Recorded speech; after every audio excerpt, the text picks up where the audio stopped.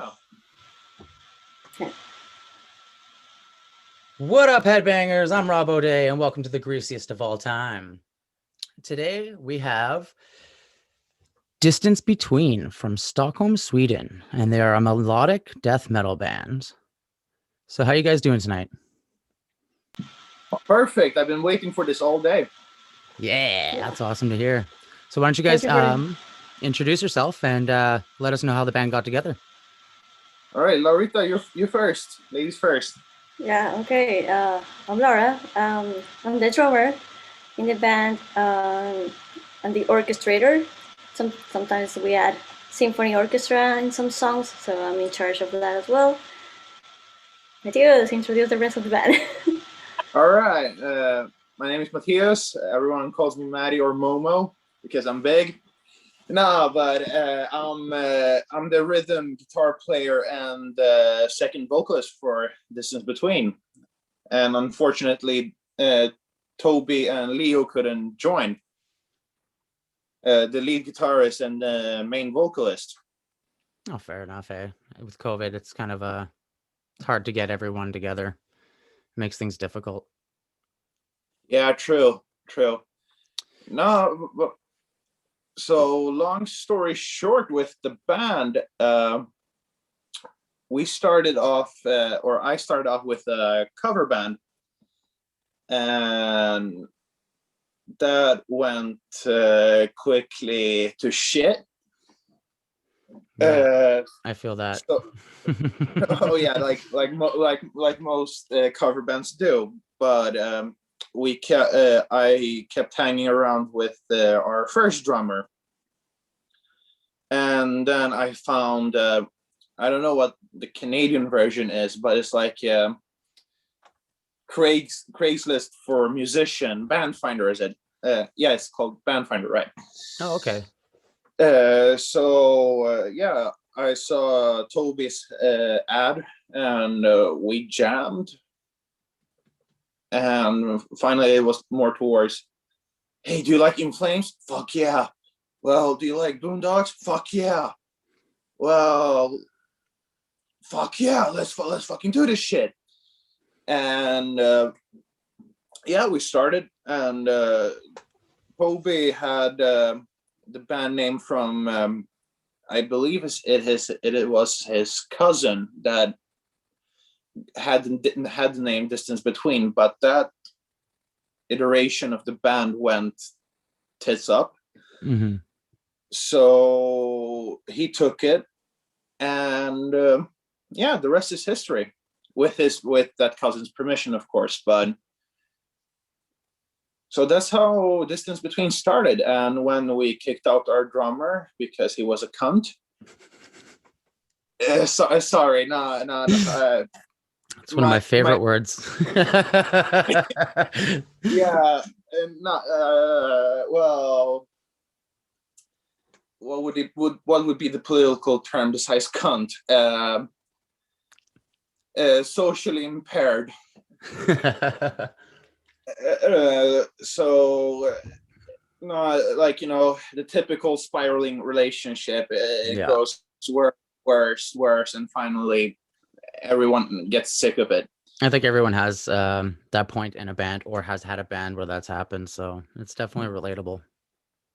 Yeah, no, but I don't know. We can probably get on toxic band members maybe, but no, it resulted in the rest of the band shitting themselves because, oh fuck, we don't have a drummer. And like a metal band without a drummer is like a car without an engine. It doesn't function. Yep, exactly.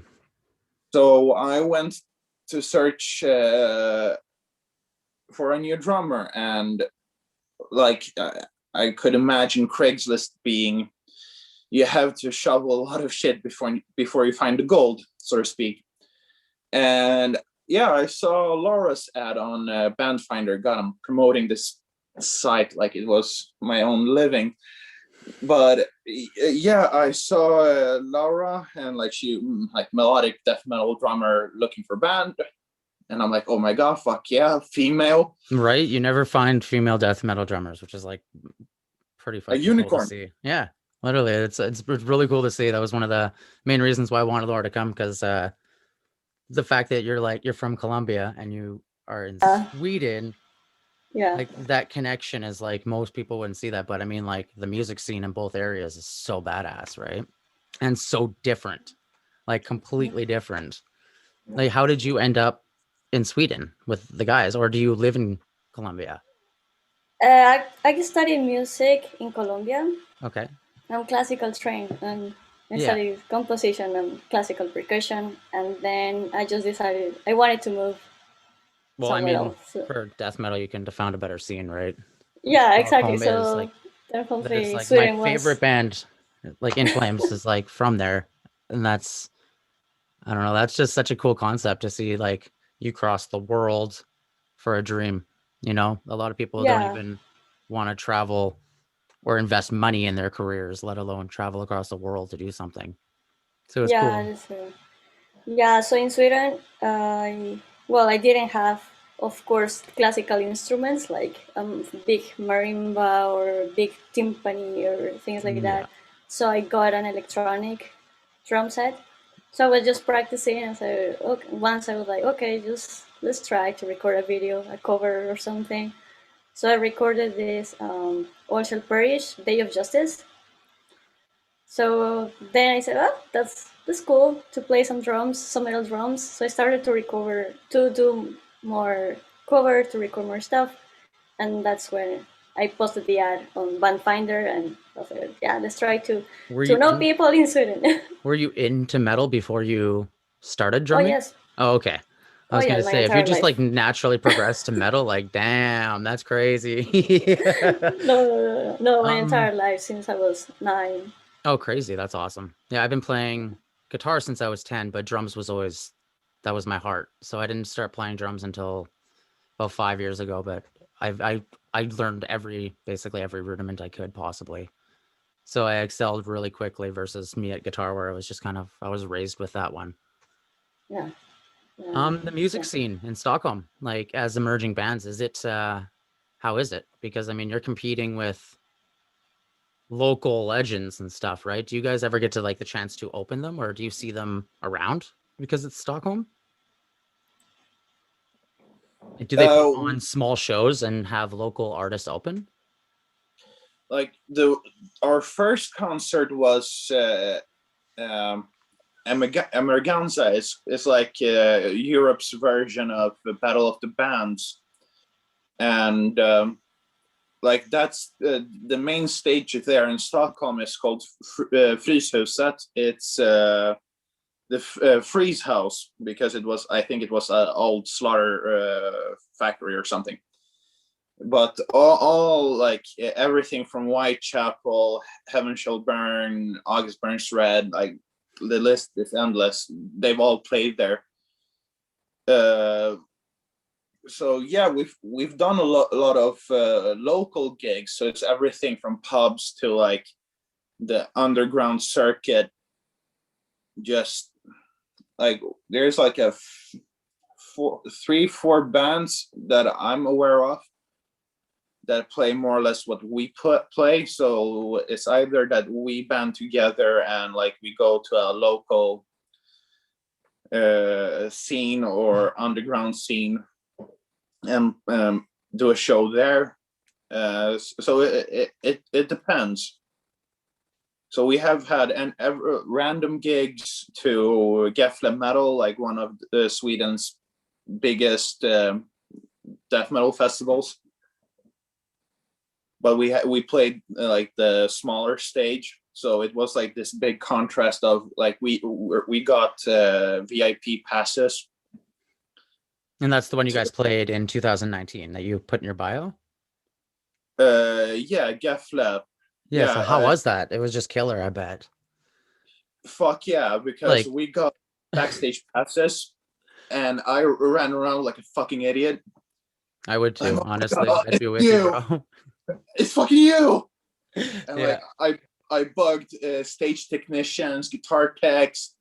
Yeah, what amp is he using? Like, shut the fuck up, get away from me. Just being a total geek. I love it. That's awesome. Yeah, like in the band, like I love guitars and amps. So me getting a backstage pass and like seeing the big stages, and I can, without any issue, without any security issue, just go in and like, oh my god, it's fucking you.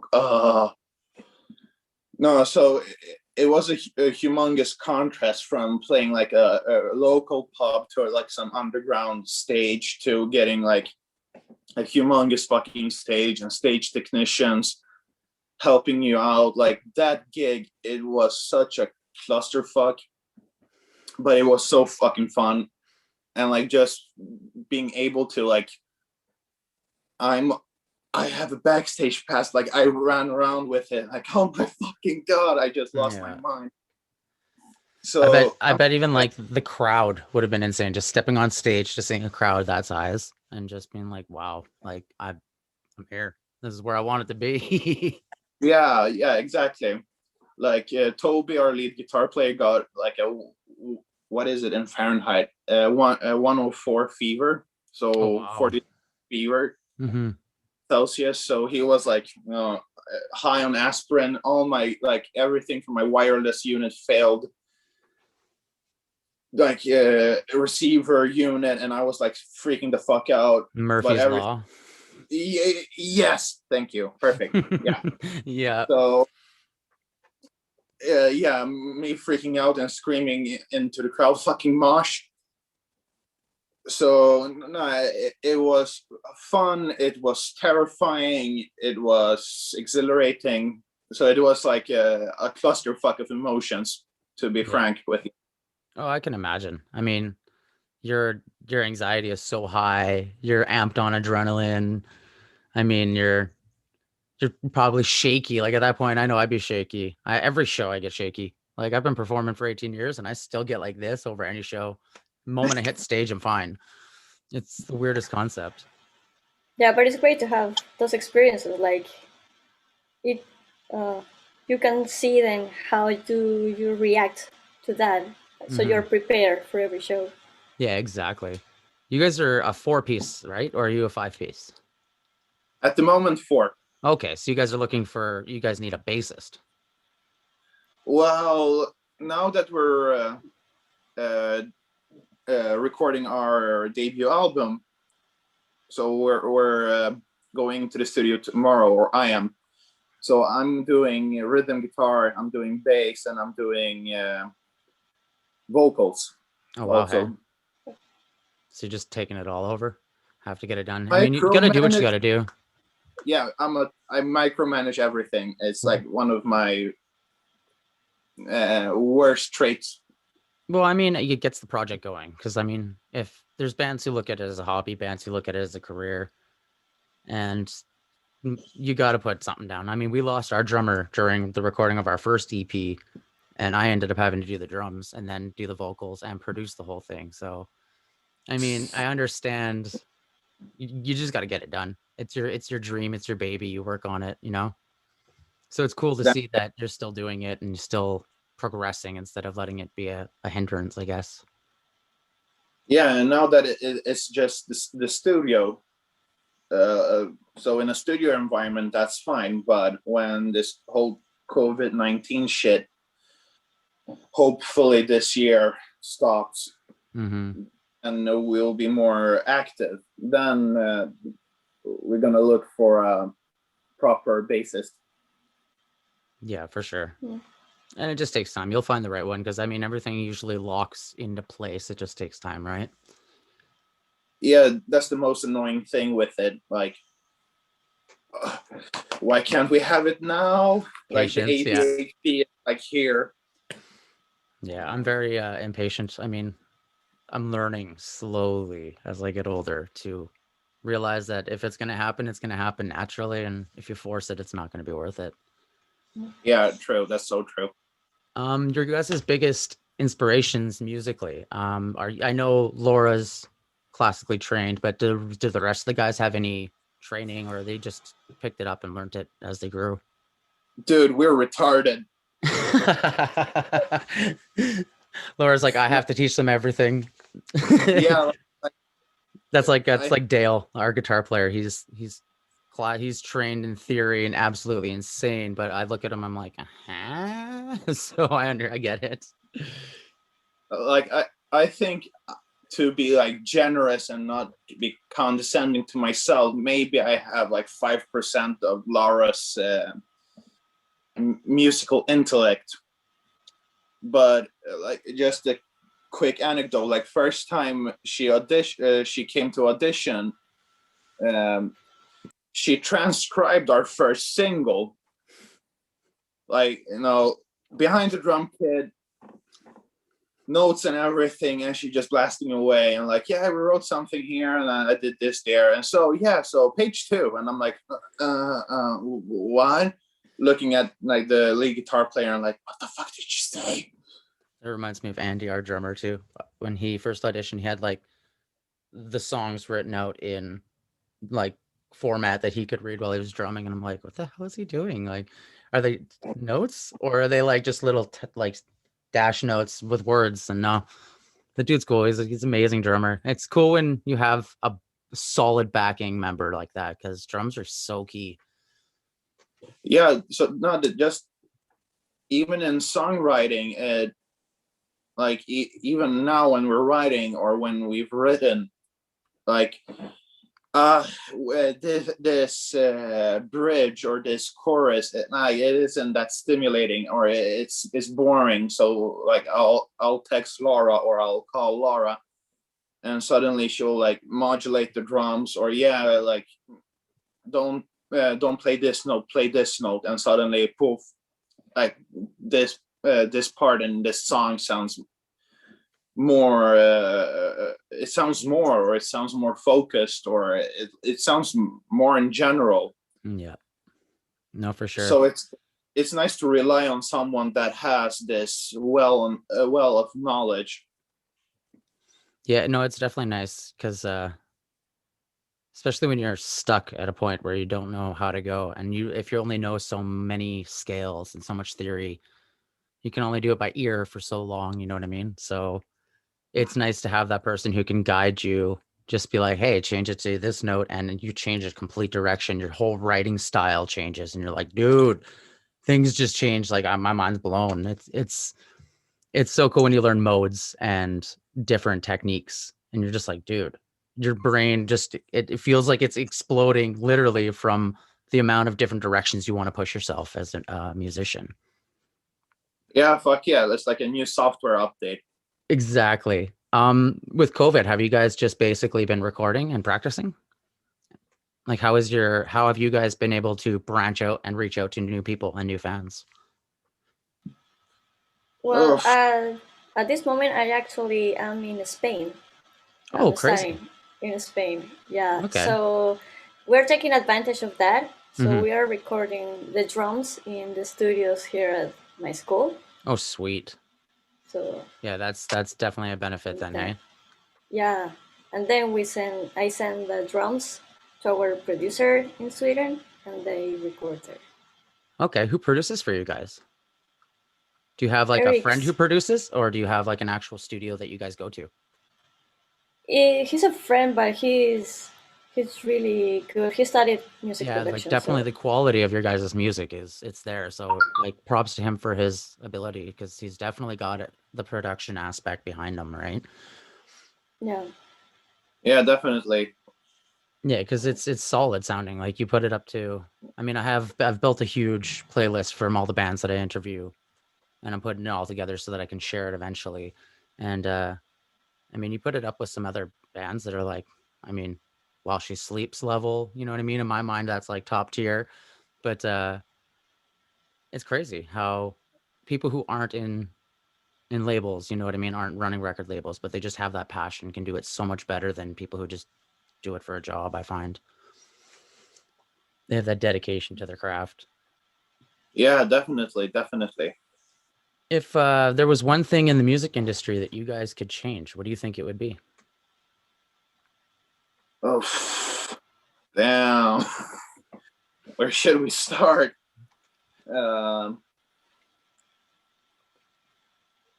I don't uh, really know because actually things have been changing so much now that with all the technology, so independent bands can grow without a record label. Yeah, So no, for I sure. don't know how much will I change for that. No, I definitely I asked that question to everybody, and it's funny because you see the different aspects, right? But and it's funny Mm. because it has gotten a lot better for us, but at the same time, I find it's so flooded and so hard. But I mean, the metal market, I feel, is slowly rising and Mm. becoming more popular. Yeah, definitely. Like everything from anime to mainstream. Like you can almost hear a metal influence somewhere. Mm-hmm. Yeah, expect like even I used to say when dubstep first came out, it was the metal of electronic music. You know what I mean? It was that heavy breakdowns, and I was like, yeah, like that some of the people who created that were metalheads at first. Like Bass Nectar's a huge metalhead, so it's funny because I mean, influence is influence. It doesn't matter where it comes from. Yeah, damn right. Like we have songs where like parts of the song isn't even influenced by metal band or a metal song. Mm-hmm. So like when I have a few friends that are like the creme de la creme of elitists. Like, yeah, I just listen to black metal. Yeah, black metal with black metal, and I hate just black metal. I'm like, oh, fuck off. Yeah, that the elitist. That was actually one of the things one of the bands said was the elitists, where they're like metalheads who won't accept new metal, not new metal in the category, but as in like new upcoming bands. Yeah, definitely. Like I've auditioned for bands that are like, yeah, you're an awesome musician, you're an awesome songwriter, but what's with this core shit? I'm like, what? Like, yeah, this metalcore, deathcore shit. I'm like, fuck, it fits in the song, it elevates the song. What's the problem? Well, it isn't death metal enough. I'm like, oh, piss off. Yeah, no, for sure. It's I mean, metal wouldn't have been created if the people who influenced it were the same way, you know what I mean? Yeah, This isn't blues. This isn't rock. We don't want to hear this. Like metal wouldn't be metal. You wouldn't have had Metallica, Megadeth, Slayer. You wouldn't have had any of them if it wasn't for progression. So yeah, exactly. No, that's why I love like writing with Laura, Toby, and Leo, because there is no, or at least in Distance Between, there is no like not too much of that, not too much of this. Like I come with a song. If the song is good, or if anyone comes with a song, or at least a skeleton of a song, and it has potential, who gives a shit? Like it sounds good. yeah, Two thumbs up. 100%. Yeah, no, 100%. Is there anything you guys want to say to the viewers or to the world? All right, well, we're not dead yet.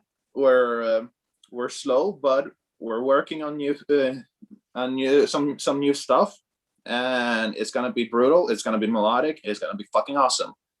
So patience, Slowly but surely. Yeah, patience is man. key. All right, cool guys. Well, we'll definitely throw us your when you guys get that all done, throw it towards us and we'll do spotlight and have you guys back on for another interview. And we'll try to get Oh, all four of you guys and then that'll be awesome. perfect. Can't All wait. right. Awesome. It was good talking to you guys. You too, bro. Okay, bye. Thank you. Cheers.